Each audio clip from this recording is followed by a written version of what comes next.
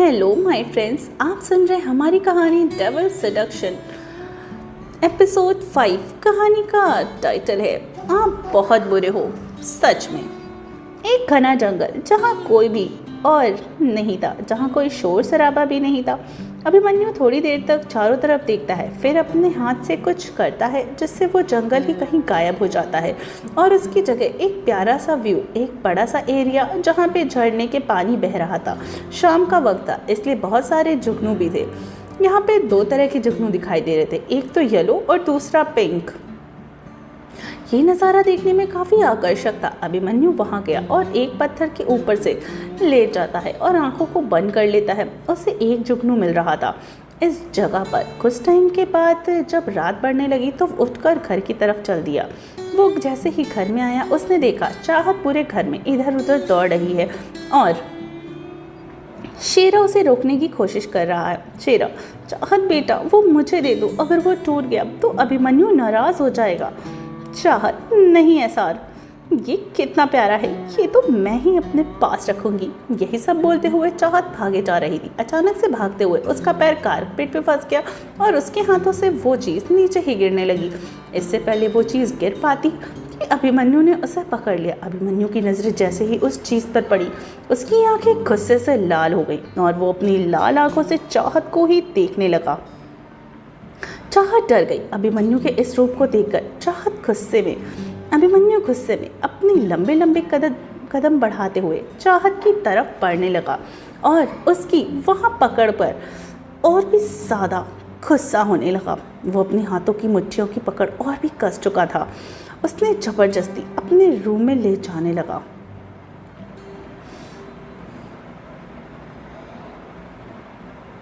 और उसकी वहाँ पकड़कर जबरदस्ती वह उसे अपने रूम में ले जाने लगा। चाहत मना कर रही थी और अपना हाथ भी छुड़ा रही थी, पर कोई फ़ायदा नहीं हुआ। अभिमन्यु को जब बहुत गुस्सा आने लगा उसने उसे अपनी बाहों में उठा लिया और कमरे में ले जाकर बेड पे ही पटक दिया। चाहत, सॉरी डेविल, मैं दोबारा ऐसा नहीं करूँगी। लेकिन अभिमन्यु का दिमाग अभी काफ़ी कम था। अभिमन्यु चाहत की तरफ बढ़ने लगा और उसके ऊपर आ गया।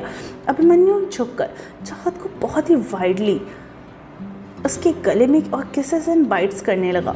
चाहत को इसमें बहुत पेन हो रहा था। वो अभिमन्यु के कंधे को पकड़कर उसे दूर धकेलने की पूरी कोशिश कर रही थी, पर इसका कोई भी फ़ायदा नहीं हुआ। इसके उलट अभिमन्यु को और गुस्सा आने लगा। वो उसके गले से हटकर उसके होंठों पे किस एंड बाइट्स करने लगा। चाहत को अब सांस लेने में दिक्कत आ रही थी। जब चाहत छटपटाने लगी तब जाकर अभिमन्यु उसके ऊपर से उठा और चाहत जोर जोर से लंबी लंबी सांसें लेने लगी। अभिमन्यु फिर से उसकी बाजुओं को पकड़कर उठाकर उसे वॉल से लगा देता है। अभिमन्यु ने चाहत को बहुत ही टाइटली पकड़ रखा था। चाहत की आंखों में एक बूंद आंसू गिर गया। चाहत के आंसू को देखकर अभिमन्यु ने वॉल पे जोर से अपने हाथ का मुक्का मारा। फिर चाहत की तरफ पीट करके अपने बालों में हाथ फिराकर कहता है, गेट लॉस। चाहत वहीं खड़ी खड़ी रह गई। जब अभिमन्यु ने चाहत को वहाँ से जाते हुए नहीं देखा तो वह गुस्से में कहता है, चली जाओ मेरे घर से, वरना मैं क्या कर दूंगा ये मुझे भी नहीं पता है। जस्ट गो, और आइंदा से अपनी शक्ल मुझे कभी मत दिखाना। चाहत ने अपने हाथों से अपने आंसुओं को पोंछा और फिर रोते हुए कहती है, आप बहुत बुरे हैं डेविल, मैं आपसे कभी बात नहीं करूँगी, आप बहुत बुरे हैं।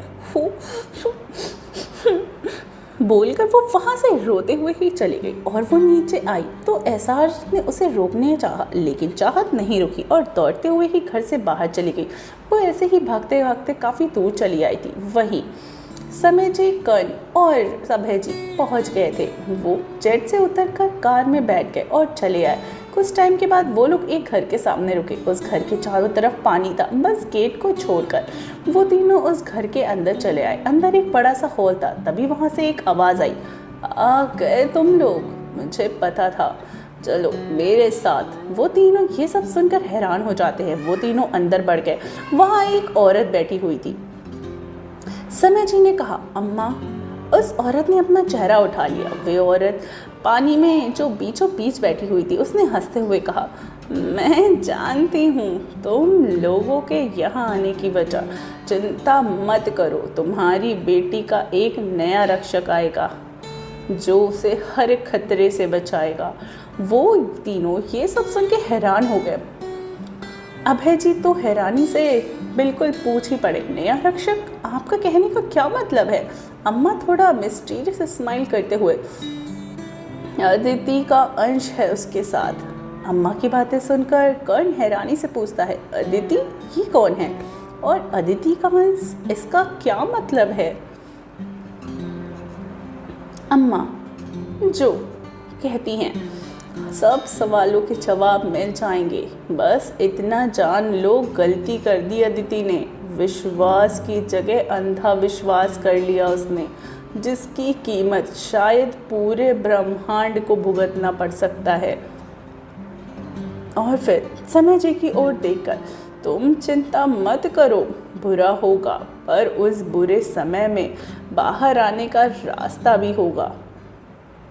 अभी बस हम इंतज़ार कर सकते हैं जब तक चाहत को अपने बारे में एहसास ना हो जाए। तुम लोग शौर्य के पास जाओ, वो तुम्हें बता पाएगा चाहत के बारे में। कर्ण पर हमें शौर्य करीब 10 साल से नहीं मिले। वो उस दिन से कहाँ चला गया किसी को नहीं पता अम्मा। वो अब आएगा, वो चाहे जहाँ भी हो उसे आना पड़ेगा, क्योंकि समय आने पर वो ही चाहत को समझा सकता है, उसके अलावा कोई भी नहीं। अभय जी अपना हाथ जोड़कर, ठीक है अम्मा, हम लोग देखते हैं वो कहाँ है। सबने अपने हाथों को जोड़ा और वहाँ से चले गए। बाहर आने के बाद कर्ण समय जी से पूछता है, पापा ये अम्मा क्या कह रही थी कि अदिति कौन है और इसका हमारी कुहू से क्या लेना देना है? कर्ण के सवालों को सुनकर अभय जी भी थोड़ा हड़बड़ा गए। आज अभय जी और समय जी दोनों ही काफ़ी एक दूसरे को देखने लगे और अभय जी उनकी तरफ सवालिया नज़रों से देखने लगे।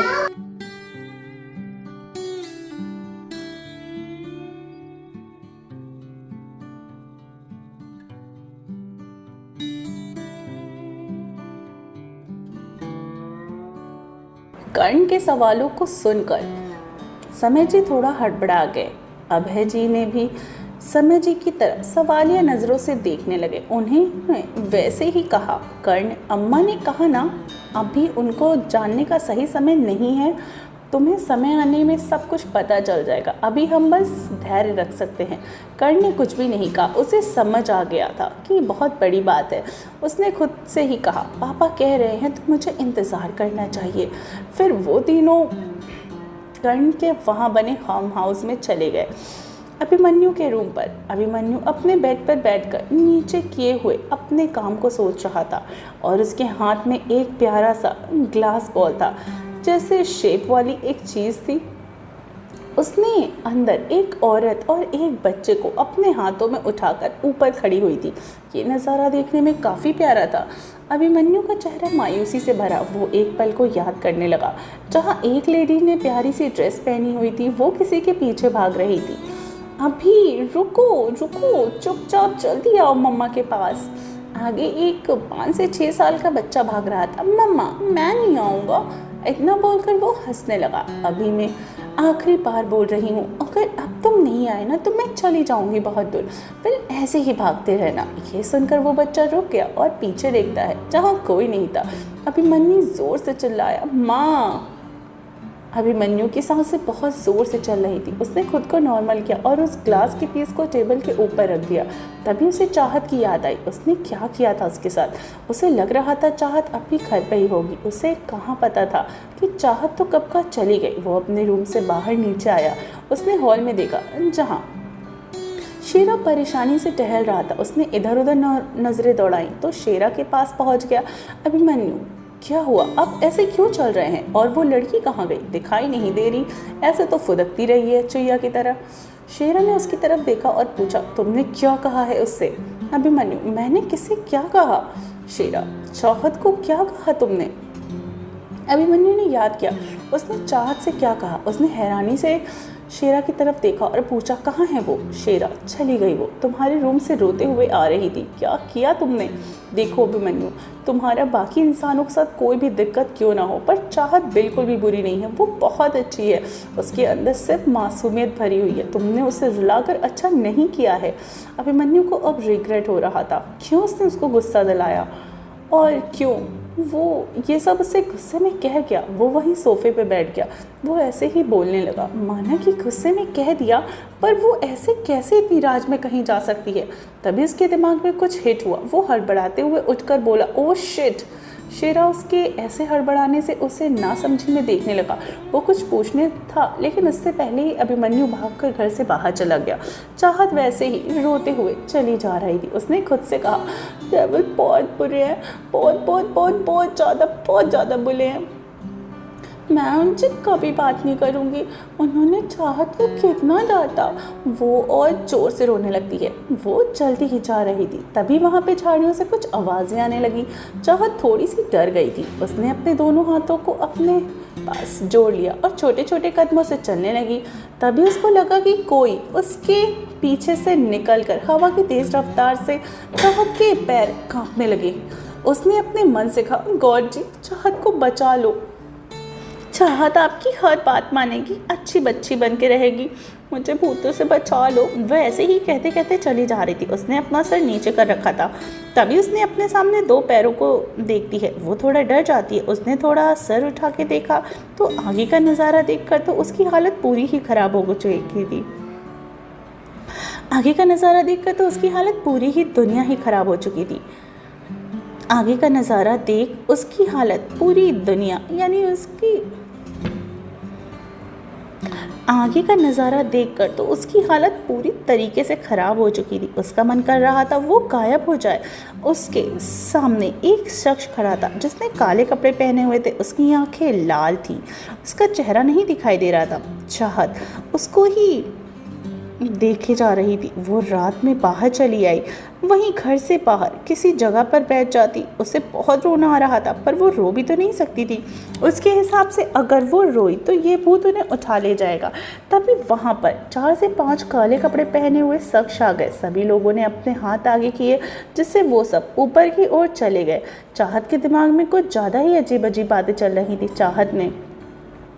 चाहत की चाहत थी कि काश वो बेहोश हो जाए और ये भूत उसे मरा हुआ सोचकर चले जाए। फिर उसने सोचा कि नहीं नहीं नहीं, अगर मरा हुआ समझेंगे तो ऐसे ही उठा के लेके चले जाएंगे।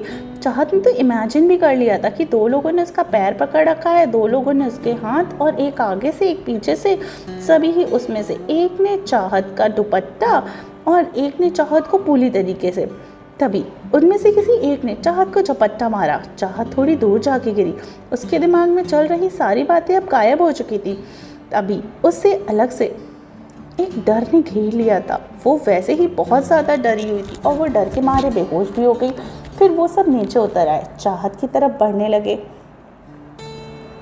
वो शैतान आकर चाहत को छूने ही वाला था कि तभी कोई हवा की तेज़ रफ्तार से उन शैतानों को एक हाथ से उठाकर बहुत दूर फेंक देता है। बाकी के सब भी आकर उस आदमी के पास आने लगे, लेकिन जैसे ही उन सब ने उसकी जलती हुई निगाहों को देखा, वो सब डर के मारे पीछे हटने लगे। यही उनका अंत उनके सामने उनकी आंखों में दिखाई दे रहा था, जो कि सामने कोई और नहीं, मौत का देवता खड़ा था। चाहत अभी भी बेहोश पड़ी हुई थी। उसे कोई अंदाज़ा नहीं था कि वहाँ पे क्या हो रहा है। वहाँ का माहौल अब बहुत ज़्यादा खतरनाक हो गया था। बहुत सारे जानवरों की आवाज़ें आने लगी जो बहुत ज़ोर ज़ोर से चिल्ला रहे थे। तो फ्रेंड्स, आज का पार्ट यहीं तक के लिए। मिलती हूँ कहानी के अगले एपिसोड में। आई होप आपको कहानी ये पसंद आई हो। और सॉरी, आज का एपिसोड थोड़ा छोटा था, मुझे थोड़े से काम थे, इस वजह से मैं आज ज़्यादा बड़ा एपिसोड नहीं अपलोड कर पाई। बट प्रॉमिस करती हूँ कल मैं 30 मिनट से कम का एपिसोड नहीं बनाऊँगी, ठीक है। तो आज और कल दोनों का कोटा पूरा कर दूँगी आपका। तो चलिए, मिलती हूँ कहानी के अगले एपिसोड में। तब तक सुनते रहिए डेविल सेडक्शन सिर्फ टिनी FM जान के साथ।